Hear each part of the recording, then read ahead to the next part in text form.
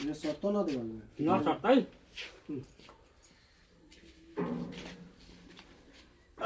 इसका वजन होगा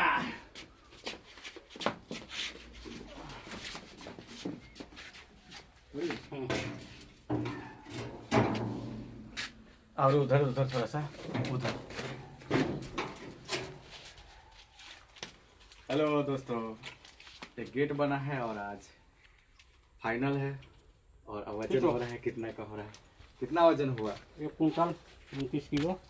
1 कुंटल 29 किलो। 1 quintal 24 kilo. 24 है 29 है 24 24 किलो 150 ग्राम। चलो खींचे फोटो खींचे। 100 ग्राम आना हो रहा है। 150 ग्राम पर आएगा। 1 किलो 24 किलो 100 ग्राम। 1 कुंटल 24 किलो 100 ग्राम। चलो वहाँ चले। हाँ तब डायरेक्ट वहीं पे। हाँ आवा रखा हुआ 1 कुंटल 24 किलो।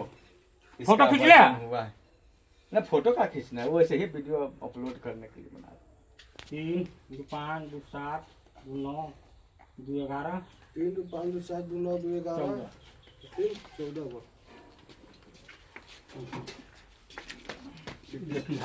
हर वाह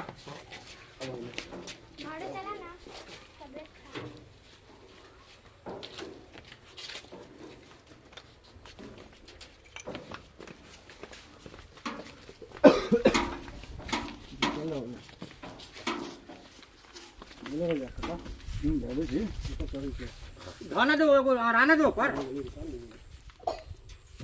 उठा भी ना।